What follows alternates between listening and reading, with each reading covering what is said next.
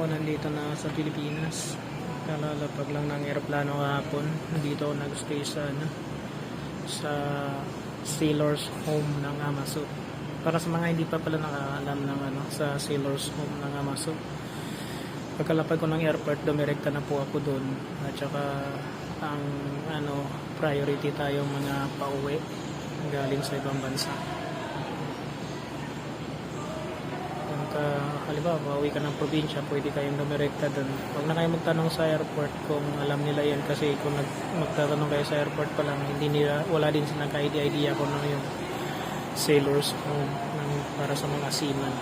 Kaya ako, dahil probinsya pa ang uwi ko, nagstay ako dito sa Amaso. Ang maximum ko dito is 30 days.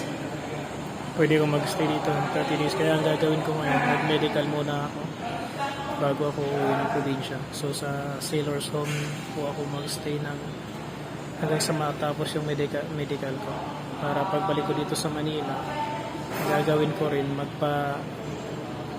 booking na ako agad. Mag-email lang ako sa ilalagay ko yung email nila diyan sa ibaba. Ayan.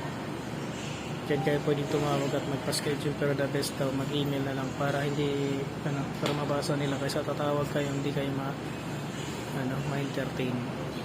So tingnan natin kung ano yung facility ng mga Amaso. I-update nyo na lang kayo kung anong meron doon at saka yung pwesto rito. Alright, dahil nasa hospital din ng bisis ko at saka baby ko, dito rin pupunta rin ako sa hospital, kasi kaya nga nag-resign na pa ako dahil para maalagaan ko sila at masis ko sila rin. I-update ko na kayo sa susunod ko na video tungkol sa Amaso para sa ating mga seamen. Dito rin nanganak ang aking misis sa Intramuros Hospital, Seamen's Hospital. Wala akong binayaran maski piso.